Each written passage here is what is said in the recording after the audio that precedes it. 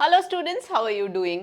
Exam अच्छे से तैयारी कर ही रहे होगे एग्जाम्स की आपकी, तो बस उसको और बूस्ट अप करने के लिए मैं आ गई हूँ बायोलॉजी की ये स्पेशल एडिशन लेके, जहाँ पे हम आपको बताते हैं कितने इंपॉर्टेंट डायग्राम बेस्ड क्वेश्चंस हैं, कौन से चैप्टर के किस डायग्राम पे किस एंगल से पढ़ना है। उस पर ज़्यादा टाइम अपने पास है नहीं, तो स्ट्रेटेजिकली पढ़ना होगा, तो किस डायग्राम को देख के किस तरह का प्रिपरेशन करना है और किन डायग्राम्स पे फोकस करना है, किन को आप एज ऑफ नाउ अवॉइड कर सकते हैं। बस यही सारी टिप्स हम यहाँ सीख रहे हैं और मैं सिखा रही हूँ। बहुत अच्छी बात है ये, तो सीखते हैं। आज का हमारा यूनिट है जेनेटिक्स। मैं जेनेटिक्स पूरा एज अ होल यूनिट ले रही हूँ, यानी इसके अंदर जो तीनों चैप्टर्स हैं, principles of inheritance and variation, molecular basis of inheritance, evolution, ये तीनों ही चैप्टर के जो भी मेन डायग्राम्स हैं, जिनको आपको मतलब आपके पास देखो अभी टाइम बहुत सारा है नहीं, तो जो भी अवेलेबल टाइम है उसमें किन डायग्राम्स पे किस वे से फोकस करना है वो सिखा रही हूँ मैं। ठीक है, तो ये देख लेते हैं। तो जेनेटिक्स का अभी हम बच्चों पहला चैप्टर उठा रहे हैं, principles of inheritance and variation, और इस चैप्टर का पहला डायग्राम मैंने लिया। देखो डायग्राम्स तो इसमें बहुत सारे हैं, लेकिन डायग्राम बेस्ड क्वेश्चंस जो हैं वो उन डायग्राम जैसे स्टार्टिंग का जो डायग्राम है वो पी जो प्लांट है उसके 7 डोमिनेंट एंड रेसेसिव कैरेक्टर्स हैं, या फिर टेस्ट क्रॉस जो है वो वॉयलेट एंड पर्पल फ्लावर से डिनोट किया गया है, मोनोहाइब्रिड डाईहाइब्रिड क्रॉसेस, लेकिन उसको डायग्राम दिखा के और फिर क्वेश्चन ऐसे बहुत कम ही ना के बराबर हुआ है। मतलब you can just avoid those diagrams as of now. ये जो है महाशय लिंकेज, ये बहुत ज़्यादा इंपॉर्टेंट है। इसके बेसिस पे देखो पहले जो क्वेश्चन आया है, मैं पिछले 5 सालों का ट्रैक लेके चल रही हूँ, तो पहले जो क्वेश्चन आया है उसमें मैंने नोट देखा है कि they just asked for the characters. ये जो कैरेक्टर्स है जैसे yellow body and white I, and यहाँ पर आई एंड विंग्स का जो कैरेक्टर है, ये इन्होंने क्वेश्चन में पूछा और बच्चों से बोला क्रॉस करके बताओ रिजल्ट क्या आएगा। तो सिंस इस तरह से क्वेश्चन एक बार आ चुका है, तो यू नेवर नो, हो सकता है ये आपको ये पूरा क्रॉस दे दें और आपसे ये पूछ ले कि आप इससे क्या समझते हो, what do you understand out of this. जो हम यही समझते हैं बच्चों कि यहाँ पर येलो बॉडी और वाइट आई के जो जीन्स है वो पास पास हैं, इसीलिए पेरेंटल कॉम्बिनेशन 98%, 98.7, एंड जो रिकॉम्बिनेंट है वो कम आया। और इसमें हम ये समझते हैं कि since body colour and wings जो है ये दूर दूर है, तो इसके जो रिजल्ट है पेरेंटल एंड रिकॉम्बिनेंट, वो रिकॉम्बिनेंट वाले इसमें ज़्यादा आए। तो इससे समझते तो हम यही हैं, लेकिन आपको हो सकता है एक पर्टिकुलर ऊपर का ये पेरेंट दे दे और बोले इसका क्रॉस करके बताओ, ये भी हो सकता है ये पूरा ही दे दे, and then they might ask you that what do you understand out of this, what is the importance of linkage. क्योंकि आजकल केस बेस्ड क्वेश्चन जो है वो सेक्शन डी जो है पूरा वो अपना थोड़ा ऐसा ही है, तो इसलिए थोड़ा सा अपने को जेनेटिक्स के ऊपर फोकस करना रहेगा। तो लिंकेज समझ गए आप। आफ्टर लिंकेज यू हैव जो प्रिंसिपल्स ऑफ इनहेरिटेंस। स्टार्टिंग के डायग्राम मैंने बच्चों लिए ही नहीं है, इतना कोई ज़रूरी नहीं है। पेडिग्री ज़रूर आने के चांसेस रखते हैं। पेडिग्री से मोस्टली 3 सवाल वो करते हैं, या तो पेडिग्री देख के ये बताओ कि वेदर इट इज़ ऑटोजोमल या सेक्स लिंक्ड, पहला क्वेश्चन तो ये होगा। दूसरा पूछेंगे डोमिनेंट है या रेसेसिव है डिजीज, और तीसरा पूछेंगे किसी भी जेनरेशन का किसी भी बच्चे का आप जीनोटाइप लिख के बताओ। ठीक है, इस तरह से 3 क्वेश्चंस जो हैं वो जनरली पुट अप करते हैं, जनरली 3 मार्क्स में आता है।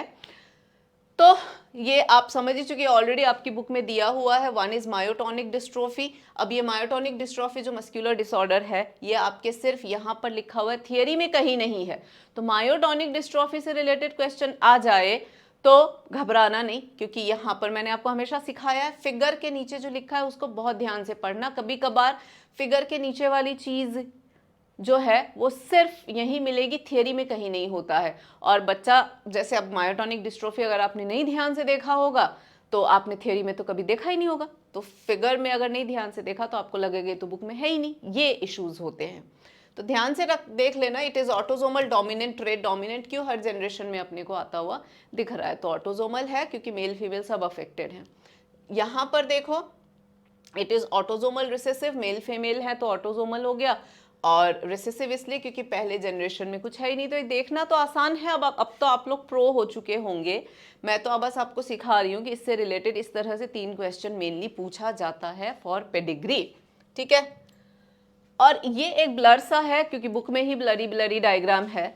ये आया था 1 और 2 इयर्स बैक, जहाँ पे कैरियोटाइप दे दिया गया था और कैरियोटाइप देख के पूछा गया था कि इस कैरियोटाइप से आप क्या समझते हो। तो यहाँ पर देखो आप 21st जो क्रोमोसोम है उस पे 3 क्रोमोसोम्स हैं, तो ट्राइसोमी ऑफ 21st क्रोमोसोम, तो इससे हम क्या समझते हैं, ये क्या है, डाउन्स सिंड्रोम। ठीक है बच्चों, तो इस तरह के क्वेश्चन जो है वो आ सकते हैं। आपको ये दे दिया, आपको बोला पहचानो ये क्या नॉर्मल है या अबनॉर्मल है, क्या दिख रहा है आपको, तो अब केस बेस्ड है ना, तो इसलिए क्या थोड़ा सा सोचना पड़ता है, तो ये ईजी ही है। अब मॉलिक्यूलर बेसिस ऑफ इनहेरिटेंस देख लेते हैं। इसमें अच्छे डायग्राम्स हैं अपने, इसमें मतलब आपको सबसे पहले तो ये न्यूक्लियोसोम का डायग्राम, तो इसमें लेबलिंग आ सकती है या बनाने को भी आया है। 2-3 years back there was a question जहां पे न्यूक्लियोसोम ड्रॉ करना आया था, तो ध्यान रखना जो कोर हिस्टोन मॉलिक्यूल है, ये हिस्टोन ऑक्टामर आ गया, ये डीएनए रैप्ड अराउंड, और ये H1, तो या तो बनाने को आ सकता है या देख के बस आपको पूछा जा सकता है H1 में, मतलब दिखा दे दिया डायग्राम और इसमें क्या क्या क्वेश्चन बैठेगा कि हिस्टोन ऑक्टामर में कौन कौन से अमीनो एसिड्स आते हैं और न्यूक्लियोसोम की क्या इंपॉर्टेंस है, डीएनए क्यों रैप्ड अप है इसी के आसपास एंड ऑल ऑफ दैट। ठीक है, ये क्वेश्चंस इस पे बैठेगा। This is now Hershey and chase experiment. अब यहाँ पे ये तो केस बेस्ड आराम से बैठ जाएगा, यहाँ दिख रहा है बच्चों ये पूरा हर्शी एंड चेज का जो प्रूफ था ना, this proved that DNA is the genetic material. तो कैसे प्रूव किया है ये आपको ये डायग्राम देख के, मतलब पूरा एक्सपेरिमेंट का कंप्लीट डिटेल यहाँ से पूछा जा सकता है, that how did he prove that DNA is the genetic material. या फिर यूं पूछ सकते हैं कि यहाँ पर क्यों रेडियो एक्टिविटी जो है वो सेल्स में डिटेक्ट नहीं हुआ, यहाँ पर क्यों हुआ जिसमें फॉस्फेट रेडियो एक्टिव था एंड ऑल ऑफ दैट। तो इस तरह से क्वेश्चंस पूछ सकते हैं। हालांकि ये थोड़ा सा मतलब ठीक है, ये तीनों स्टेप्स पूछे जा सकते हैं। ठीक है, कि क्या किया था उन्होंने, कुछ इरेज कर देंगे इसमें से और आपको बोलेंगे कि हर स्टेप की क्या इंपॉर्टेंस है, एक्सप्लेन, तो इस तरह से भी क्वेश्चंस बैठेंगे। This is very important. Meselson and stall तो कई बार आया है बच्चों, बहुत बार आया है, 3-4 इयर्स बैक 5 मार्क्स में भी आया था। ठीक है, मेरे को ऐसे इसलिए याद रहता है because even I go for checking and all know, so I remember checking करते टाइम, आपको पिछले 5 सालों का मुझे ध्यान है, क्वेश्चन चेक करते समय हम एक एक छोटी छोटी जो वो होती है ना इसकी बारीकियाँ वो नोट करते हैं, कहाँ हाफ देना है, कहाँ 1 देना है, क्योंकि सब मार्किंग करते हैं। तो आई रिमेंबर इसमें हम खूब सब मार्किंग हमने की थी। तो जैसे ग्रेविटेशनल फोर्स का यहाँ पर क्या रोल है, क्यों यहाँ पे ये नीचे आया, क्यों ये थोड़ा सा बीच में आया, क्यों यहाँ पर हाइब्रिड डीएनए के कारण ये यहाँ पर आया, you know all that question यहाँ बैठेगा। Meselson and stall semi conservative nature of DNA prove किया था, रिमेंबर। तो उन्होंने सबसे पहले जो डीएनए लिया था, सॉरी हाँ डीएनए जो लिया था वो N15 वाला लिया था, so heavy isotope of nitrogen लिया था, रेडियो एक्टिविटी का ध्यान रखना नहीं था। फिर उसको N14 पे शिफ्ट किया तो हाइब्रिड डीएनए, एंड देन वापस N14 पे कंटिन्यूड रखा तो हाइब्रिड एंड लाइट डीएनए दोनों आए। तो semi conservative nature of DNA prove किया था। तो कैसे क्या, मतलब यहाँ से आपको यही दे सकते हैं कि एक तो ये बताओ कि इसमें मतलब ये आफ्टर 40 मिनट्स ये 4 आपके रिजल्टेंट डीएनए आए, तो आफ्टर 80 मिनट्स कितने होंगे, तो बच्चे क्या कर देते हैं 40 का डबल कर देते हैं 80, जबकि डबल नहीं होता, इक्वलाई एवरी 20 मिनट्स पे डिवाइड करता है। तो पहले 60 लाना फिर 80 लाना, तो कितने डीएनए और कितने लाइट कितने हाइब्रिड, ऐसे पूछ सकते हैं। ओके, तो ये कैलकुलेशन थोड़ा ध्यान रखना है। Followed by this is replicating fork.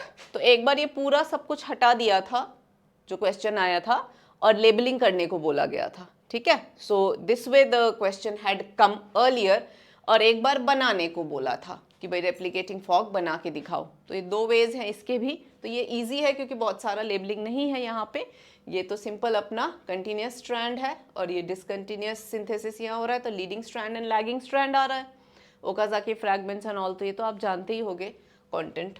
तो इससे है यहाँ से, yes this is very important, why the promoter is located on 5' end of coding strand, y terminator at 3' end of coding strand, और लेबलिंग करने को बोला था। मतलब ये डायग्राम आ गया था, बोला था लेबल करो इसमें टेम्पलेट कौन सा है, कोडिंग कौन सा है, क्यों टेम्पलेट को टेम्पलेट बोला, कोडिंग को why the coding strand is called as coding strand, इस तरह से क्वेश्चंस पूछे गए थे। अपस्ट्रीम क्यों, डाउनस्ट्रीम क्यों, ये सारे इसके फॉलो अप क्वेश्चंस थे।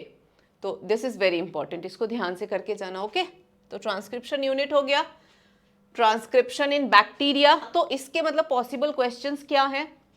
एक तो straight forward explain transcription in bacteria, 5 number में आया हुआ है। इस डायग्राम के साथ आप लोगों को एक्सप्लेन करना पड़ेगा अगर 5 मार्क्स में आया, और अगर वैसे नहीं तो ये पूरा डायग्राम दे देंगे, लेबलिंग करने को आ सकता है, ठीक है, या फिर एक पर्टिकुलर स्टेज ले लेंगे और बोलेंगे इस इलोंगेशन जैसे ले लिया, बोलेंगे इसमें एंजाइम का क्या रोल है, क्या ये आरएनए पॉलीमरेज अकेला इलोंगेट कर पाता है या नहीं, क्या आरएनए पॉलीमरेज इनिशिएट और टर्मिनेट अकेला कर पाता है या नहीं, इस तरह से फॉलो अप क्वेश्चंस जो हैं वो ले लेंगे। अब ट्रांसक्रिप्शन ब्रॉड टॉपिक है, बहुत सारे फॉलो अप क्वेश्चंस बैठते हैं, बस एक वो पर्टिकुलर डायग्राम लेके and they might ask you lot of follow up question. तो ट्रांसक्रिप्ट ये तो मतलब बहुत अच्छे से करके जाना प्लीज, ठीक है।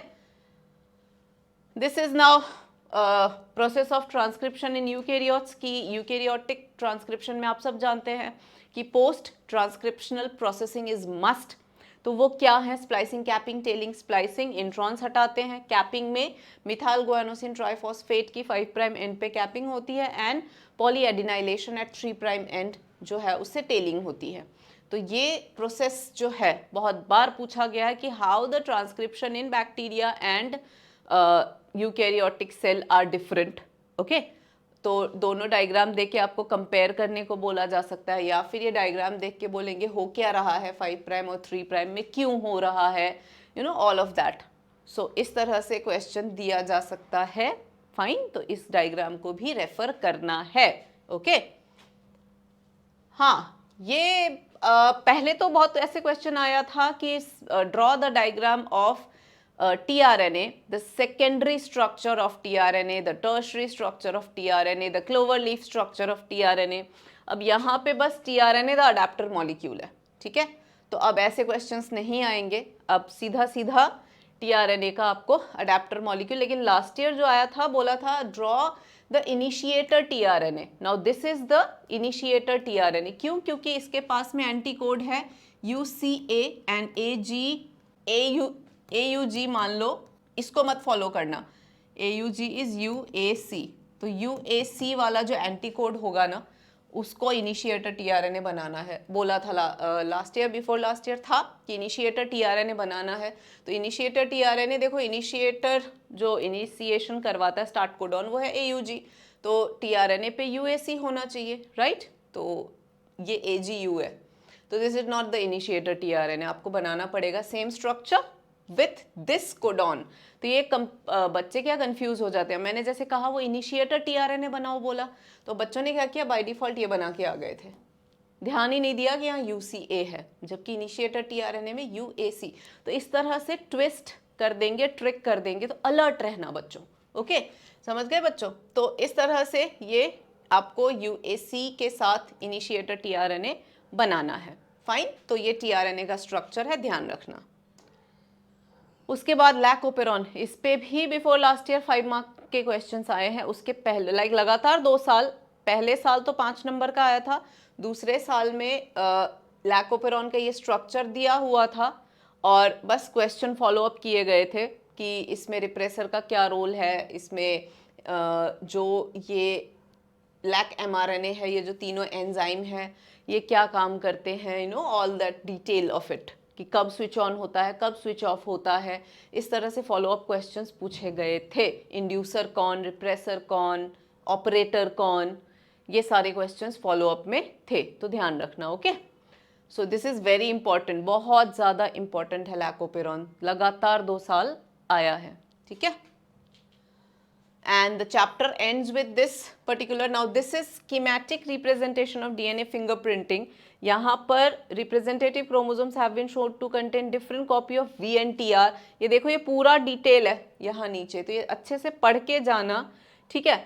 आपको ये हो सकता है ये पूरा केस दे दें, सेम केस ना दे के अलग केस भी दे देंगे आपको, पैटर्नल इशू बोलेंगे आइडेंटिफाई करो, मतलब यहाँ पर तो वो उन्होंने ये किया है ना कि इंडिविजुअल ए का डीएनए लिया, इंडिविजुअल बी का लिया, उनके पर्टिकुलर क्रोमोसोम्स पे वीएनटीआर ढूंढे और फिर क्राइम साइट पे जो डीएनए मिला है उसके भी उन्हीं क्रोमोसोम्स पे वीएनटीआर ढूंढा और फिर कंपेयर कर लिया। तो हो सकता है ऐसा ही केस जो है, इसको ध्यान से इसलिए देख के जाना क्योंकि सिमिलर केस वो पेरेंटल उस पे बना देंगे, क्योंकि इसमें इसके लिए लिखा हुआ है ना कि डीएनए फिंगरप्रिंटिंग से जो पेरेंटल इश्यूज होते हैं तो वो भी सॉल्व किए जाते, जो पैटर्नल फादर कौन है वाला जो इशू होता है वो भी सॉल्व कर सकते हैं। तो आपको हो सकता है वो वाला सीन दे दे और फिर बोले आइडेंटिफाई करो कि फादर कौन है इसका, ऐसे करके घुमा सकते हैं। तो क्लियरिटी रखना, पढ़ के जाना ढंग से, ठीक है। So this is VNTR and chromosomal का पूरा बैंडिंग पैटर्न ऑफ डीएनए दिखाया हुआ है। So understand this. Now evolution chapter उठाते हैं। एवोल्यूशन में ये तो लास्ट ईयर ही आया था और ये पूरा डायग्राम दिया हुआ था और बोला था कि इसमें कहाँ कहाँ क्या क्या है लेबल करो एक बार। दूसरी बार में ये बोला था कि जो मिलर यूरे एक्सपेरिमेंट था उसमें उन्होंने क्या क्या कंडीशन क्रिएट किए थे, क्या क्या था, तो सिर्फ लिखने का भी आया था। तो कुल मिला के एवोल्यूशन से ये डायग्राम अच्छे से करके जाना, ओके। जहाँ पे जो ये मेन तो ये गैसेस हैं कि ये गैसेस कौन से यूज़ करे थे, मेन ये है टेम्परेचर है 800 डिग्री सेल्सियस जो इन्होंने लिया था, वो सब ध्यान रखना। तो ये डायग्राम प्लीज़ करके जाना, छोड़ना मत इसको। उसके बाद एवोल्यूशन से दिस वन, अब ये बनाने को नहीं आएगा, ये ऑफ कोर्स आपको कंपैरिजन दिखाया हुआ है कन्वर्जेंट एवोल्यूशन का। ये बताना चाह रहे हैं कि दो अडेप्टिव रेडिएशन अगर एक ही एरिया में हो रहा है तो फिर वो कन्वर्जेंट एवोल्यूशन कहलाता है। तो आपको हो सकता है ये प्लेसेंटल मैमल्स और ऑस्ट्रेलियन मार्supials है, सारा नहीं देंगे, वो इनमें से कोई कोई उठा लेंगे, कोई भी दो, और फिर आपको कहा जाएगा इन दो एनिमल्स का क्या सिमिलैरिटी है या what do you understand and all that. तो इस तरह से क्वेश्चंस यहाँ से बैठेंगे, सारा नहीं देंगे, हो सकता है काट के कोई दो उठा ले, तो you need to be careful with that, okay. तो इसको अच्छे से देख लेना बच्चों, ये तो मतलब पूछो ही मत, चैप्टर की जान है बेटा ये। हार्डी वेनबर्ग प्रिंसिपल के अंदर ये टॉपिक पढ़ा था ना आपने, जहाँ पे हमने देखा था कि नेचुरल सिलेक्शन 3 वेज में ऑपरेट करता है। One is stabilising, directional and disruptive. तो हो सकता है आपको इनमें से कोई दो ही ग्राफ दे दिया जाए और आपसे पूछा जाए कि इनमें से कौन सा ग्राफ डायरेक्शनल है, या हो सकता है इसको उल्टा करके पूछें कि कैरेक्टर दे दें आपको और आपको पूछे कौन सा ग्राफ इनमें से एप्ट बैठेगा इस पर्टिकुलर कैरेक्टर के लिए। जैसे ह्यूमन हाइट है, उसका जो मीन वैल्यू है अभी फिलहाल ये स्टेबलाइजिंग है क्योंकि नॉर्मल मीडियम हाइट सिलेक्टेड है। ऐसे ही एग्जाम्पल्स दे सकते हैं और बोलेंगे इनमें से कौन सा ग्राफ जो है इस एग्जाम्पल पे फिट बैठता है, यू नो, इस तरह से घुमा के देंगे, सीधा सीधा नहीं देंगे, पहचानो क्या है, अंडरस्टूड। सो थोड़ा सा ध्यान रखना, मतलब concept based application based question पे ज़्यादा फोकस करना, okay. Then you have the chapter, मतलब इस एवोल्यूशन से बहुत सारे डायग्राम्स तो है नहीं, एक बार ये आया था कि स्कल आइडेंटिफिकेशन ज़रूर आ गया था एक बार, तो ध्यान रखना कि these are the comparison of skulls of adult modern human being, baby chimpanzee and adult chimpanzee, ठीक है। तो जो बेबी चिंपैंजी है वो अडल्ट ह्यूमन स्कल से ज़्यादा मैच करता है, तो ये आपको समझ में यहाँ से आता है। तो स्कल दे देंगे और बोलेंगे क्या समझ आया, समझ रहे हो, या पहचानो हु स्कल आर दीज, से ऐसे क्वेश्चंस भी बैठेंगे बच्चों। तो कोई भी जो जो बताया है ना उन डायग्राम्स पे प्लीज़ फोकस करना आप, ओके। और जैसे समझाया कि फॉलो अप क्वेश्चंस क्या हो सकते हैं, उन क्वेश्चंस के अकॉर्डिंग प्रिपेयर करना। स्ट्रेट फॉरवर्ड क्वेश्चंस तो सीधा आ ही जाएगा, ऐसा नहीं है घुमा के, मतलब जैसे क्रोमोसोम वाला मैंने बताया था कि बुक में तो आपके क्राइम साइट वाला दे रखा है, उसी के बेसिस पे सिमिलर डायग्राम यूज करके पेरेंटल इशूज सॉल्व करने वाला दे सकते हैं ना, ऐसे करके वो क्वेश्चंस दे सकते हैं। तो प्रिपेयर दैट वे, थोड़ा सा मतलब वो शेर तो आप सवा शेर बनो, यूं करके आपको पढ़ना है, ठीक है। तो दिस वाज जेनेटिक्स। अब मैं नेक्स्ट जो है बायोलॉजी इन ह्यूमन वेलफेयर लेके आपसे मिलूंगी, उसमें भी बहुत सारे डायग्राम्स तो नहीं है, तो जो भी है क्या इंपॉर्टेंस है, कैसे करना है, लेकिन मैं आपको बता दूंगी। तब तक के लिए देखते रहिए हमें और बने रहिए हमारे साथ और पढ़ते रहिए। Thank you.